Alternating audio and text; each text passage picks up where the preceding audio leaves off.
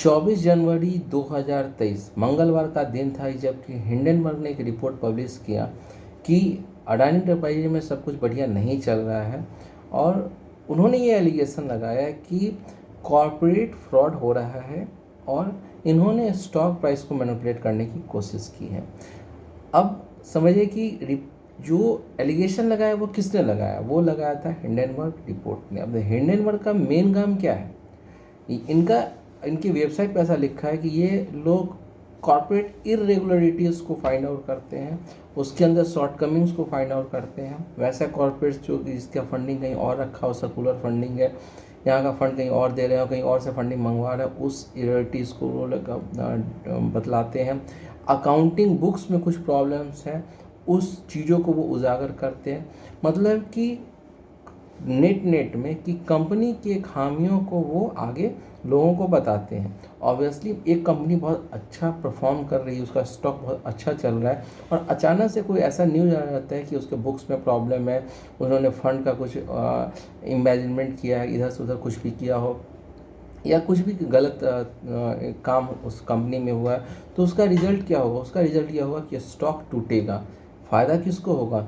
जिसने ऊपर से स्टॉक सेल कर रखा होगा वो नीचे से कवर करेगा, मीन्स सेलर्स को फ़ायदा होगा, मंदरिया को फ़ायदा होगा, या जिसको शॉर्ट सेल कहते हैं, जो शॉर्ट सेलर्स होंगे उनको ये पैसे बनाएंगे। तो ऑब्वियसली जो हिंडनबर्ग यदि कोई भी रिपोर्ट पब्लिश करते, चूँकि उनका काम ही है कंपनीज की इरेगुलरिटीज़ को फाइंड आउट करना, तो इनका जब रिपोर्ट कभी भी आएगा किसी भी कंपनी में तो उसका स्टॉक टूटेगा ही टूटेगा। तो ऐसा आप कोरिलेट कर सकते हैं कि इनका काम ऐसा हो सकता है कि इनकी रिपोर्ट के बाद यदि स्टॉक प्राइसेस टूटते हैं तो उनसे वह लोग फ़ायदा कमा रहे होंगे जो कि सेलर्स होंगे। ये तो एक बात हुई, ठीक है। 24 जनवरी को रिपोर्ट आया, मार्केट में हड़कंप मचा। तो एक शख्स है जिसका नाम है जॉर्ज सोरोस, ये शॉर्ट सेलर हैं, ये भी यूएस शॉर्ट सेलर के रूप में जाना जाता है। ये बहुत बड़ा हेज फंड मैनेज भी करते हैं। और सोरोस और रॉकफेलर दो बंधु हैं जिन्होंने एक कंपनी को फंड किया हुआ है, हेज फंड है जिसको वो चलाते हैं, और उस कंपनी का नाम है organized crime and corruption reporting project, OCCRP। ये उनकी कंपनी है और ये बेसिकली शॉर्ट सेलर के रूप में जाने जाते हैं। जॉर्ज सोरोस ने एक क्लेम किया या एक स्टेटमेंट दिया कि इन सब वाक्य के पीछे हमारे आदरणीय प्रधानमंत्री को कुछ बोलना चाहिए, क्लैरिफिकेशन देना चाहिए, जो उन्होंने नहीं किया। अब ये पॉलिटिकल मैटर है। अब ये इंसान क्या चीज़ है? अब जब आपका स्टेचर बड़ा हो जाता है तो आप छोटे मोटा काम नहीं करते। अब इनका काम है कि ऐसा आप इंटरप्रेट कर सकते हैं कि इनके स्टेटमेंट से एक देश की इकोनॉमी में हलचल आ जाता है, ये करेंसी में हलचल आ जाता है, तो इनको हलचल लाने में शायद मज़ा आता होगा, या फिर इनको ऐसा लगता होगा कि सरकार को हिला दे, या इनको ऐसा लगता है कि वो सरकार को हिला सकते हैं। तो इनका रिपोर्ट और बयान कुछ ऐसा ही रहता है कि जब वो बाहर आएगा तो कुछ न कुछ आपको भूचाल टाइप का मतलब कि मार्केट में हो सकता है। तो जॉर्ज सोरोस ने अपना एक स्टेटमेंट दिया। अब ये फिर एक स्टेटमेंट लेके आए हैं 2-3 दिन पहले। इनका कहना है कि ये कुछ ऐसे इंडियन कंपनीज है जिसके बारे में ये हिंडनबर्ग 2.0 ये पब्लिश करने जा रहे हैं। अब आगे क्या होगा भगवान जाने।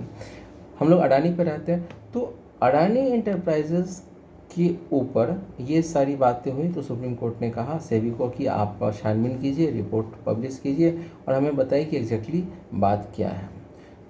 अब सेबी खोजबीन करना स्टार्ट की। उन्होंने 24 ट्रांजेक्शन्स को खंगाला, वैसे ट्रांजेक्शन जो अडानी इंटरप्राइजेस या अडानी कंपनीज और बाहर की कंपनीज के बीच में हुआ 22 ट्रांजेक्शन्स का इन्होंने रिपोर्ट पब्लिश किया। 2 ट्रांजेक्शन्स का रिपोर्ट अभी आना बाकी है, उन्होंने एक एक्सटर्नल एजेंसी को दे रखा है। वह जब वहाँ एक्सटर्नल एजेंसी जब इनको रिपोर्ट देगा तब इसको पब्लिश किया जाएगा। उसके बाद मई महीने में ये सारा हुआ कि उनको सेबी को सपोर्ट किया गया था करने के लिए। सेबी ने इसके 13 ओवरसीज एंटिटीज़ को कवर किया था और foreign portfolio factors means FPI, 5 FPIs को भी अपने दायरे में रखा था। सारा रिपोर्ट्स उन्होंने पब्लिश किया। 14 अगस्त 2023 को इनको सुप्रीम कोर्ट में सबमिट करना था। सुप्रीम कोर्ट से उन्होंने 15 दिन का समय मांगा। अब 29 अगस्त को, जो कि मंगलवार का दिन है, ये कोइंसिडेंस ही है कि जिस दिन हिंडनबर्ग रिपोर्ट ने जारी किया था वो 24 जनवरी 2023 था, वो भी मंगलवार का दिन था। और 29 अगस्त 2023 जिस दिन सुप्रीम कोर्ट का सुनवाई होने वाला है, जो जजमेंट देंगे, उस दिन भी मंगलवार ही है। तो ये 29 तारीख और कल सोमवार हुआ तो कल 28 तारीख, ये 2 दिन बहुत मार्केट वोलाटाइल रहेगी। एक्सपेक्टेशन कुछ भी हो सकता है। फेवर में आ गया तो अडानी के सारे स्टॉक्स बेतहाशा भागेंगे, फेवर में नहीं आया बहुत नीचे जाएगा।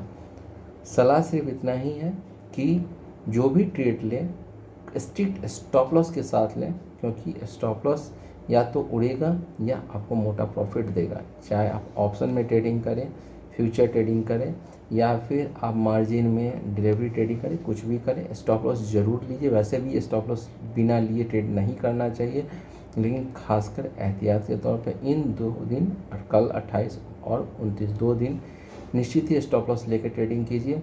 और कुछ मार्केट में उठापटक बहुत ज़्यादा होने वाली है। आगे आने वाले दिनों मार्केट बहुत वोलाटाइल रहने वाला है, चाहे वो हिंडनबर्ग 2.0 के रिपोर्ट के कारण हो या निफ्टी बार बार टूट रही है उसके कारण हो, और कहीं ना कहीं डिस्काउंटिंग होना शुरू हो चुका है। यह बियरिश तो है या नहीं है कह नहीं सकते, लेकिन मार्केट में अभी एक निगेटिव सेंटीमेंट डेवलप होना शुरू हो चुका है और इसको अभी बल मिलेगा। तो सावधानी से ट्रेड करें, ईमानदारी से ट्रेड करें। और नेक्स्ट वीडियो में मैं आपको बताऊंगा कि मूविंग एवरेज के साथ ट्रेडिंग कैसे किया जाता है और कैसे मूविंग एवरेज से पैसा बना सकते हैं, चाहे मार्केट बेयरिश हो या बुलिश हो। तब तक के लिए देखते रहिए और सब्सक्राइब कीजिए out of the box trading Optra. Thank you.